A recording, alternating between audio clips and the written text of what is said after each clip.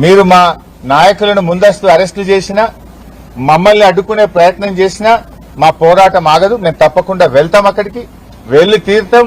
ఆ రైతులకు గొంతుకగా మారతాం. మీరిచ్చిన హామీ అమలు చేయండి, మేమేం అడుగుతలేం. మీరే చెప్పిండ్రు ఎస్సీ ఎస్టీలకు పట్టాలు ఇస్తామని. ఇస్తారా ఇయ్యరా? ఎస్సీ ఎస్టీలకు పట్టా భూములతో సమానమైన నష్టపరిహారం ఇస్తామన్నారు. ఇచ్చిన మాట నిలబెట్టుకుంటారా నిలబెట్టుకోరా? అంటే అధికారంలో వచ్చేదాకా ఒక మాట, అధికారంలో వచ్చిన తర్వాత ఇంకో మాటనా? ఓడ దాటేదాకా ఓడ మల్లప్ప, ఓడ దాటినాక బోడ మల్లప్ప కథనా ఈ కాంగ్రెస్ కథ? అందువల్ల ఇలా రేవంత్ రెడ్డి ఎట్లయిపోయిందంటే సూర్యుడి చుట్టూ భూమి తిరుగుతుంది అన్నట్టు రేవంత్ రెడ్డి ఆలోచనలన్నీ భూమి చుట్టే తిరుగుతున్నాయి. యూనివర్సిటీ భూములు వదలవు, హిల్ టీపీ పేరిట ఇండస్ట్రీ భూములను వదలవు.